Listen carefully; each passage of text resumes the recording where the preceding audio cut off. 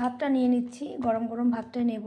আজকে যেটা দিয়ে খাবো রাতের খাবারটা, আমি রাত্রে ভাতই খাই, সেটা আজকে করেছি আমি ফুলকপির পাতা ভর্তা। এটা গরম ভাতে জাস্ট অসাধারণ লাগে। এক টুকরো লেবু নিয়েছি, একটু গরম ভাত নিয়েছি, একটা ডিম পোস্ট নিয়েছি। এবার যেহেতু এত রাত্রে ভিডিওটা করছি, আমি তোমাদের কাছে শেয়ার করতে পারবো না এত রাত্রে, কালকে সকালেই আমি এটা শেয়ার করব। একটু লেবু দিয়ে খেয়ে নেব। এই ভর্তাটা কিন্তু ভীষণ মজা লাগে খেতে। আমি ফুলকপির পাতা বাজার থেকে নিয়ে এসে, মানে ফুলকপির শুদ্ধ পাতা কিনে নিয়ে এসেছি একসাথে একবারে, সেটা পাতাগুলো আলাদা বেছে নিয়েছি, বেছে রেখে দিয়ে আমি ভর্তাটা করলাম।